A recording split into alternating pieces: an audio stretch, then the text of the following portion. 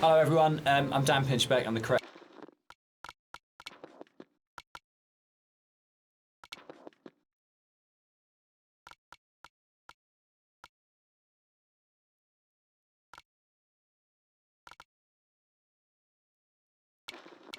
director of...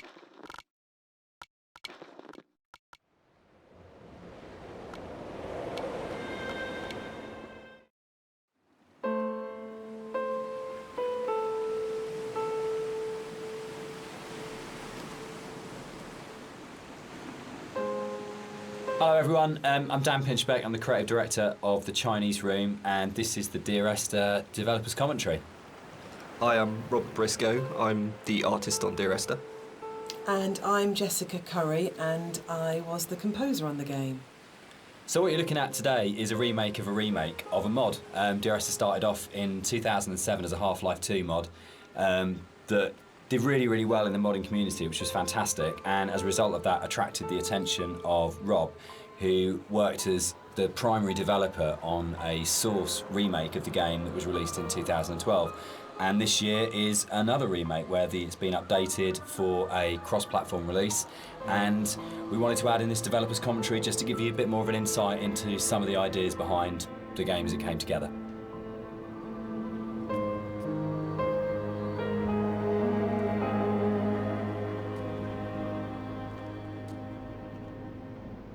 So you'll see around you in a lot of the environments, there's a lot of detail ingrained into everything. One of the things that I wanted to do with Dear Esther is bring the visuals up to the same kind of level of detail that Dan and Jess had put into the other areas of the game. So all of the history and the kind of hidden pieces of story that are intertwined with the VOs and the music and stuff, I kind of wanted to bring some of that into the environments. So if you look around you, you'll see that there's a lot of interesting bits and pieces, a piece of paper with someone's name on it, a photograph, an ultrasound. All of these little bits and pieces are kind of laid in to just kind of bring another aspect of the story into the game. And also, they're actually randomized, so every time you play, you'll see something different lying around. And this is just to build on this idea that everybody has a unique experience and a unique interpretation of the story.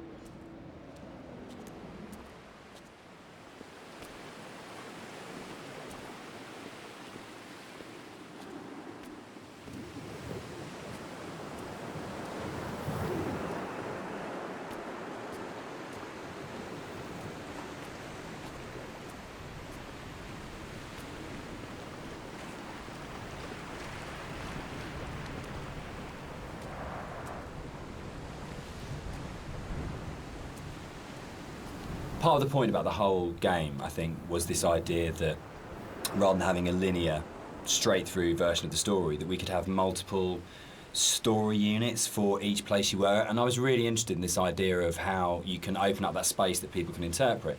So I loved the idea that you could have two people that had played this game and then would have a conversation about it, and one of them would say, oh, what did you think about when this happened? And the other person would be like, well, that didn't happen for me. I had a completely different event happen or a completely different story happen. And it kind of feels very gamey in that way, that actually one of the things I love about writing for games is that you hand over so much control to the player that it becomes their story, and that's really, really important rather than trying to force them. So using randomised blocks of voiceover in the game and the kind of randomised prop details that Rob was talking about means that it gives it a really different feeling every time you go through. And that's kind of interesting for me, because I like the idea of going, well, not everyone has to have the same experience, and because it's interactive, you have the capacity to have very different experiences occupying the same space. So yeah, but balancing all that then becomes an absolute nightmare. I think it's nice though, because everybody gets a personal experience. Like, I love reading the forums and seeing how people come and they sort of tell their story and what they interpreted of it, and then you see other people discussing what they thought of it. And to me, it's kind of nice because everybody takes something unique away from it.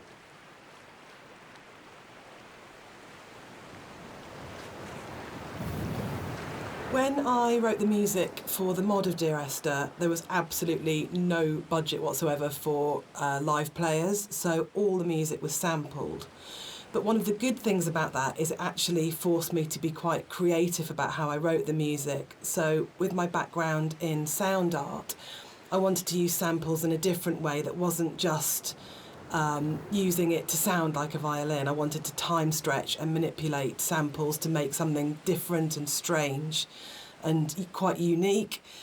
But then when we got the Indie Fund money, I had the amazing opportunity to re-record the music with live players. And that was so exciting for me, actually, because that's where it comes to life.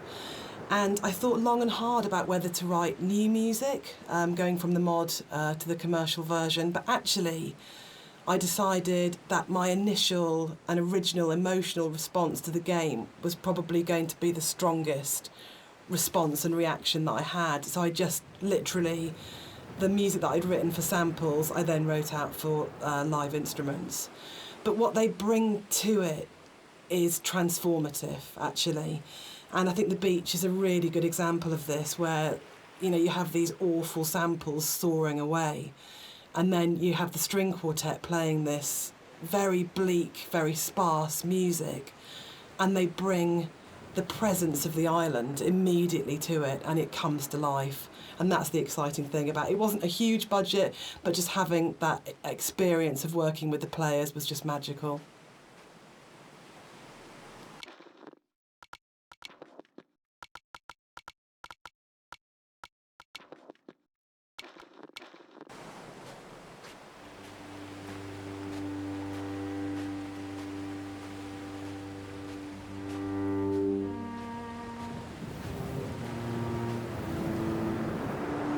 Everything about Esther for me is a dream. The landscape is not an island, it's the dream of an island. The music is like music that you wake up because you've heard in your sleep, but you're not conscious of hearing it. And the language in the story was supposed to be like that as well. It didn't matter the sense it made, it was more about the kind of the shapes it created, if that makes sense. So that the words would kind of were like being in water, like listening to something underwater. It'd be this very dreamlike, symbolic, poetic thing. And it always had frustrated me in games with game writing. This has really changed quite a lot. There was never any space for poetic language. It was very exposition-y, very descriptive, very direct. And you'd have like art and audio would have these amazing creative spaces they could explore. But when it came down to actually writing, you just had to basically go into the room, describe the character, tell the player what to do. And it just seemed like the most boring thing you could do with words in a game. And why couldn't...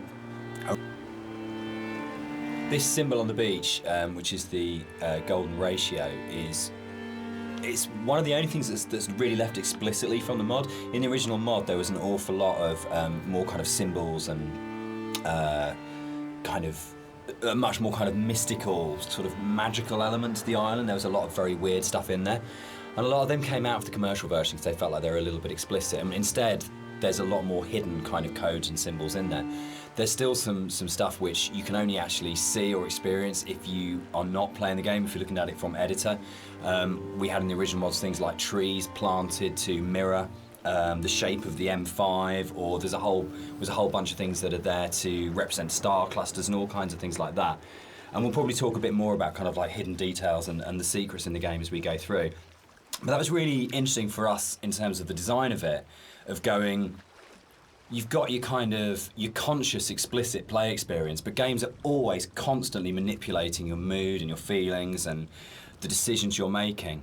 And so really trying to create a space that had all of these kind of subliminals in it was a really interesting thing that we wanted to do, both with the original, and then I think it got lifted up into a much more sophisticated version when we went to the commercial, because Rob was able to bring that sort of level of artistry to the visuals that really got that kind of sense of hidden meaning in there.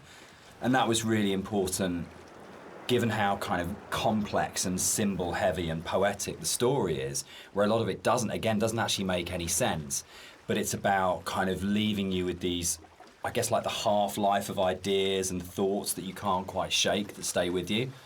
So we really were trying to get that blend of how music, story and visuals could all create that really sort of uncanny structure that you wouldn't necessarily be able to define properly, but you knew it kind of had a meaning that was staying with you.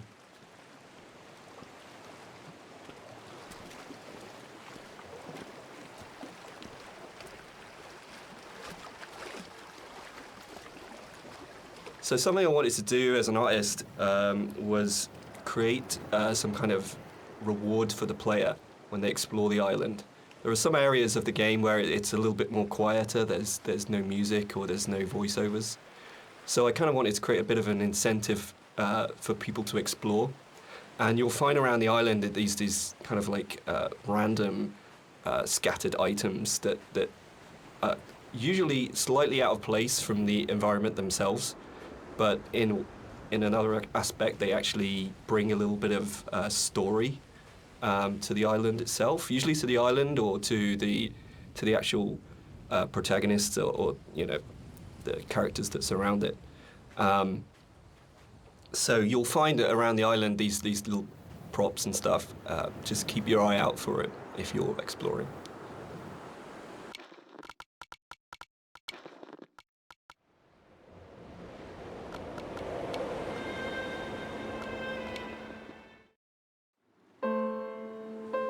Dear Esther, the morning after I was washed ashore, salt in my ears, sand in my mouth, and the waves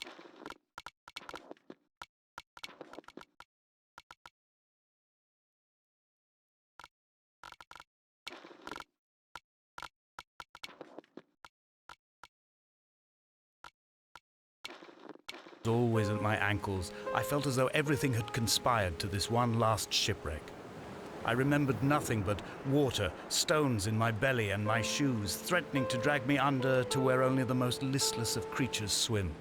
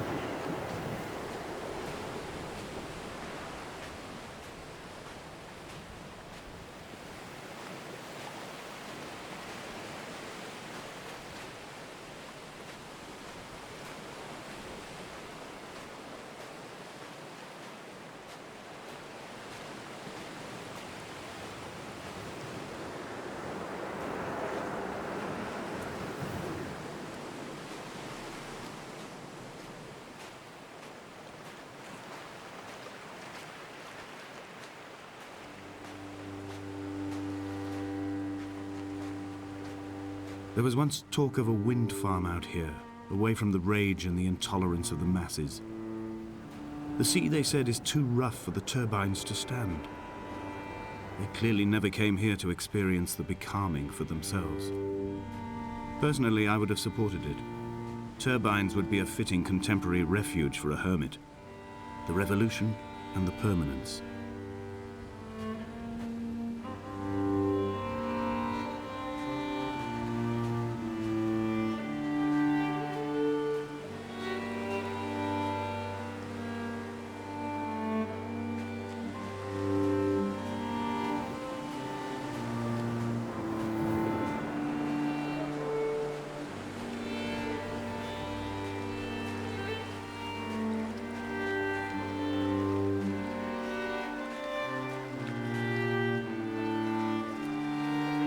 Dear Esther, I found myself to be as featureless as this ocean, as shallow and unoccupied as this bay, a listless wreck without identification. My rocks are these bones, and a careful fence to keep the precipice at bay. shot through me caves. My forehead a mount. This aerial will transmit into me so. All overexposed, the nervous system, where Donnelly's boots and yours and mine still trample.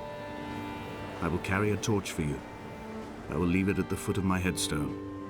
You will need it for the tunnels that carry me under.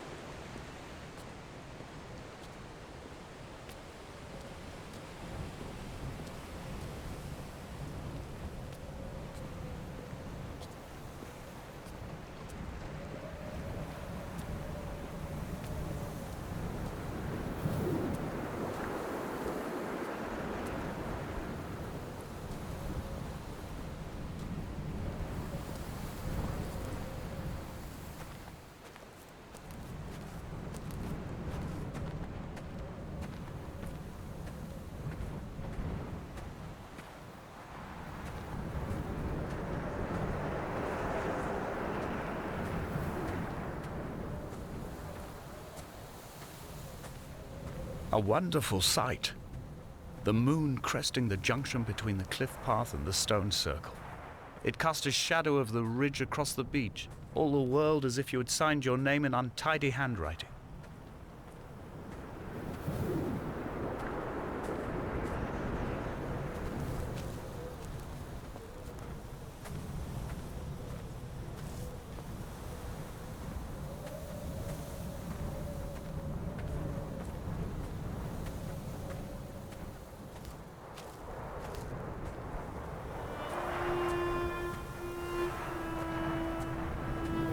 When someone had died or was dying, or was so ill they gave up what little hope they could sacrifice, they cut parallel lines into the cliff, exposing the white chalk beneath. You could see them from the mainland or the fishing boats, and know to send aid or impose a cordon of protection, and wait a generation until whatever pestilence stalked the cliff paths died along with its hosts. My lines are just for this. To keep any would-be rescuers at bay. The infection is not simply of the flesh.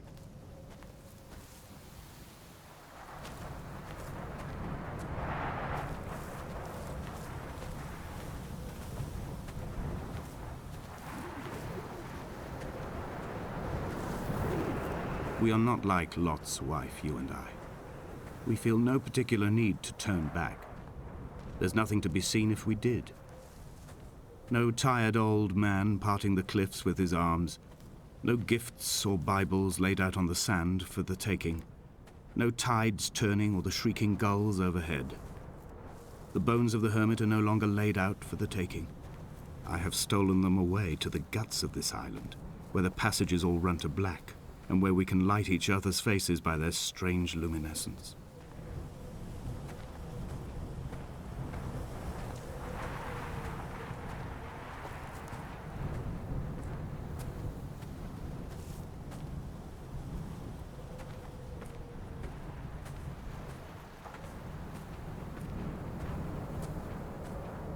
Dear Esther, I met Paul. I made my own little pilgrimage. My Damascus, a small semi-detached on the outskirts of Wolverhampton. We drank coffee in his kitchen and tried to connect to one another. Although he knew I hadn't come in search of an apology, reason or retribution, he still spiraled in panic, thrown high and lucid by his own dented bonnet. Responsibility had made him old. Like us, he'd already passed beyond any conceivable boundary of life.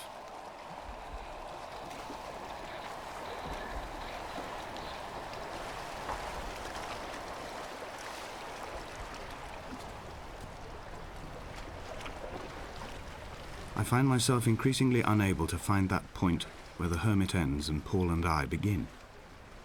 We are woven into a sodden blanket, stuffed into the bottom of a boat to stop the leak and hold back the ocean. My neck aches from staring up at the aerial. It mirrors the dull throb in my gut where I am sure I've begun to form another stone. In my dreams, it forms into a perfect representation of Lot's wife, head over her shoulder, staring along the motorway at the approaching traffic in a vacuum of fatalistic calm.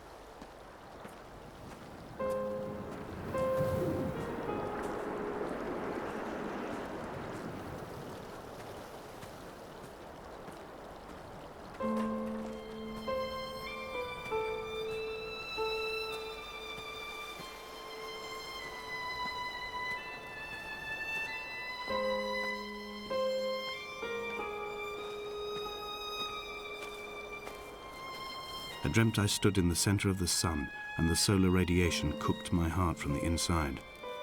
My teeth will curl and my fingernails fall off into my pockets like loose change. If I could stomach, I'd eat, but all I seem capable of is salt water. Were the livestock still here, I could turn feral and gorge. I'm as emaciated as a body on a slab, opened up for a premature source of death. I've rowed to this island in a heart without a bottom, all the bacteria of my gut rising up to sing to me.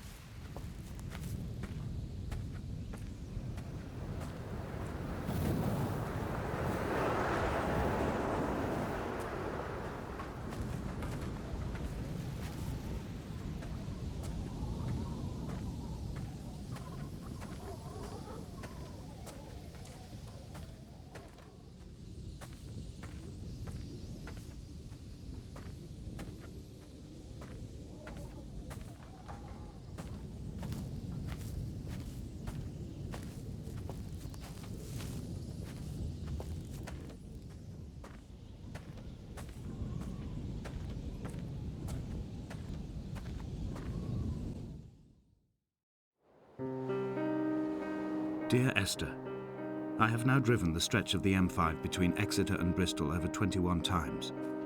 But although I have all the reports and all the witnesses and have cross-referenced them within a millimetre using my Ordnance Survey maps, I simply cannot find the location. You'd think there would be marks to serve as some evidence. It's somewhere between the turn-off for Sanford and the welcome brake services, but although I can always see it in my rear-view mirror, I have as yet been unable to pull ashore.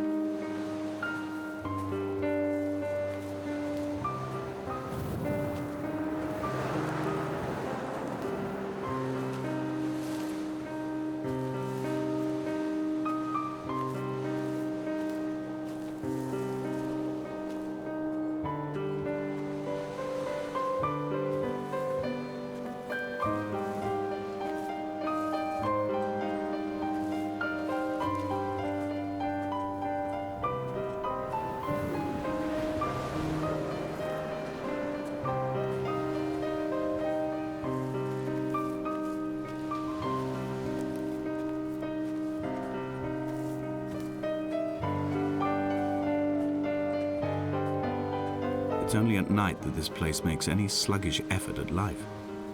You can see the buoy and the aerial. I've been taking to sleeping through the day in an attempt to resurrect myself. I can feel the last days drawing upon me.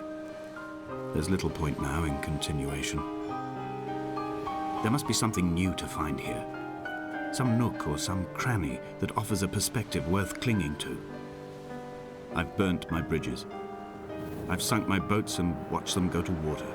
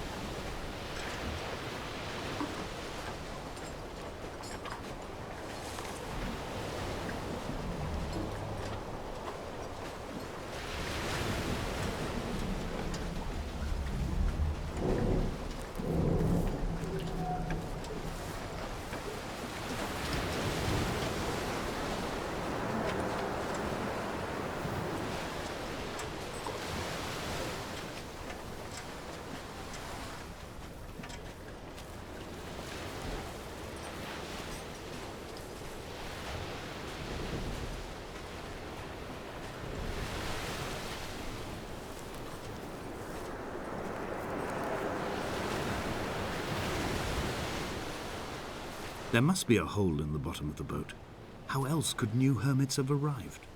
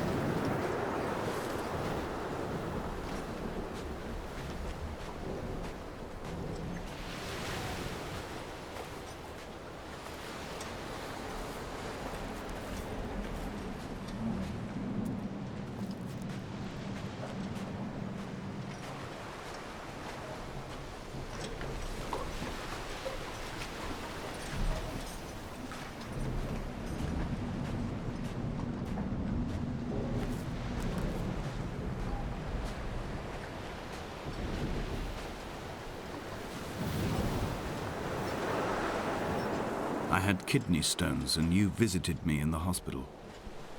After the operation, when I was still half submerged in anesthetic, your outline and your speech both blurred.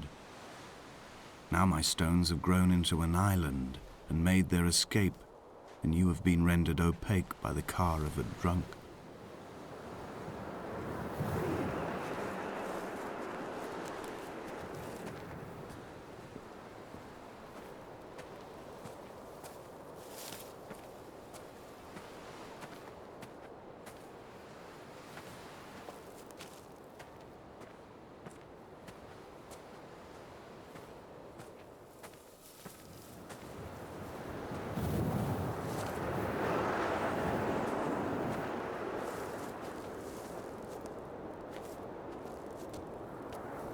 What charnel house lies at the foot of this abyss?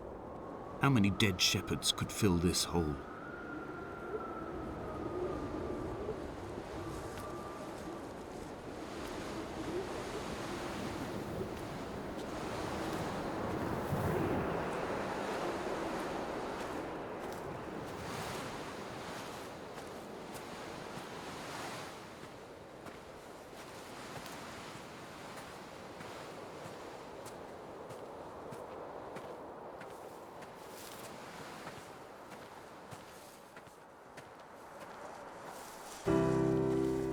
I've begun my ascent on the windless slope of the western side. The setting sun was an inflamed eye squeezing shut against the light shone in by the doctors. My neck is aching through constantly craning my head up to track the light of the aerial. I must look downwards, follow the path under the island to a new beginning.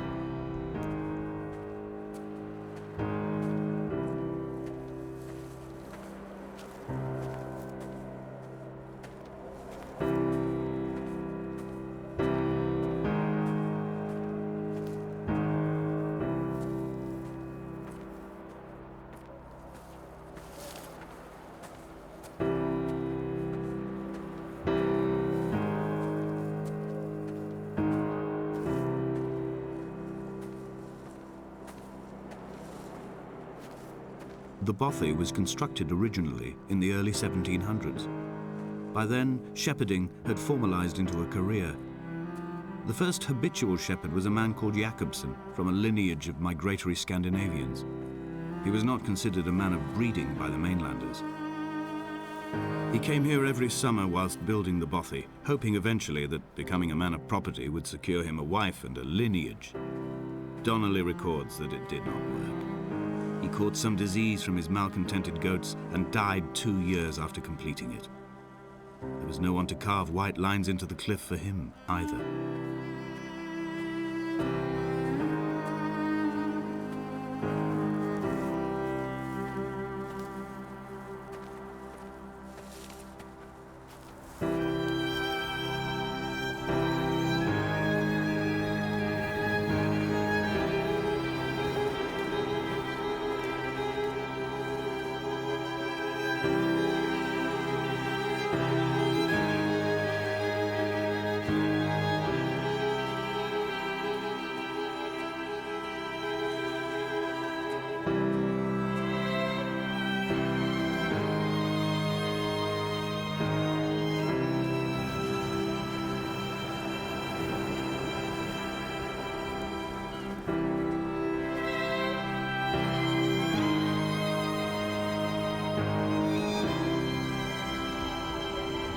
My heart is landfill.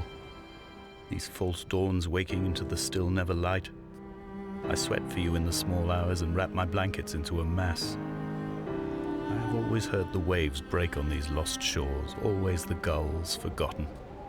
I can lift this bottle to my ear, and all there ever is for me is this Hebridean music.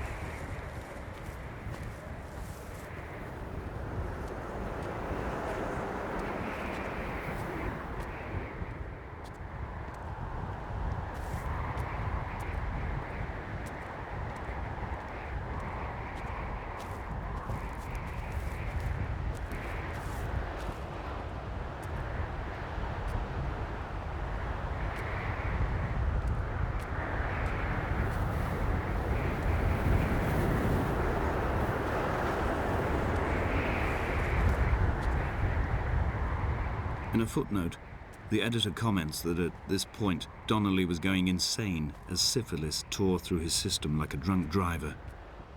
He's not to be trusted.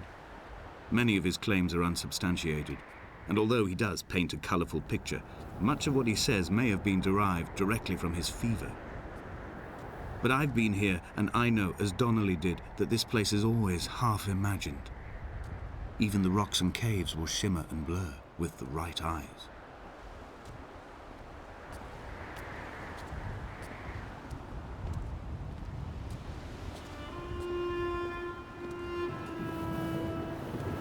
They found Jakobsen in early spring. The thaw had only just come. Even though he'd been dead nearly 7 months, his body had been frozen right down to the nerves and had not even begun to decompose. His fingernails were raw and bitten to the quick. They found the phosphorescent moss that grows in the caves deep under the nails. Whatever he'd been doing under the island when his strength began to fail is lost. He'd struggled halfway up the cliff again, perhaps in a delirium, perhaps trying to reach the Bothy's fire before curling into a stone and expiring.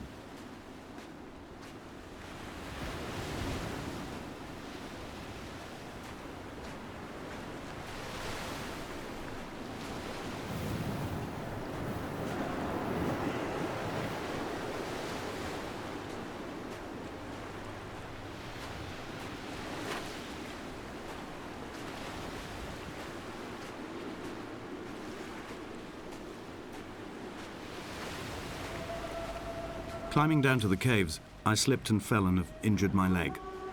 I think the femur is broken. It is clearly infected. The skin has turned a bright, tight pink, and the pain is crashing in on waves, winter tides against my shoreline, drowning out the ache of my stones.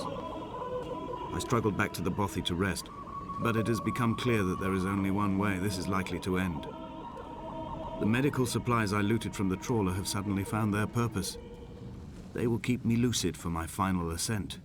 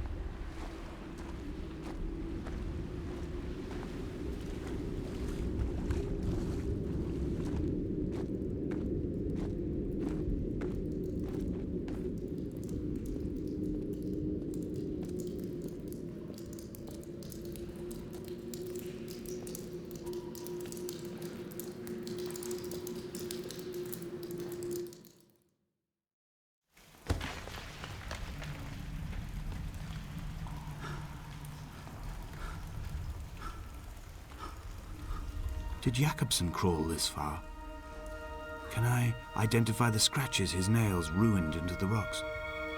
Am I following him cell for cell, inch for inch? Why did he turn back on himself and not carry through to the ascent?